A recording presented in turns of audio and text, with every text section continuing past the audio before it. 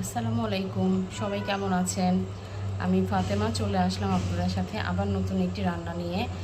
এই পরিবেশটা আমার রান্নাঘরের জানালা থেকে, তাই আপনাদের সাথে শেয়ার করলাম। তো আজকে আমরা যেটা রান্না করব সেটা হচ্ছে ইলিশ মাছ দিয়ে। এখানে আমি পেঁয়াজ, জিরা আর সাদা যে সরিষাটা সেটা বেটে নিয়েছি, আর একটা কাঁচামরিচ দিয়েছি। এখন আমরা সেই বাটা মশলার সাথে ধনিয়ার গুঁড়া, মরিচ, হলুদ এবং লবণ দিয়ে এই মশলাটা মাখিয়ে নেব। এখন সেই বাটা মশলাটা এই মাছটার সাথে মাখিয়ে নেব এবং 3টে আমি কাঁচামরিচ দিয়ে নিয়েছি। সুন্দর করে মাখাতে হবে। এখন এই মশলা মাখানো মাছের মধ্যে আমি একটু সরিষার তেল দিয়ে দিব।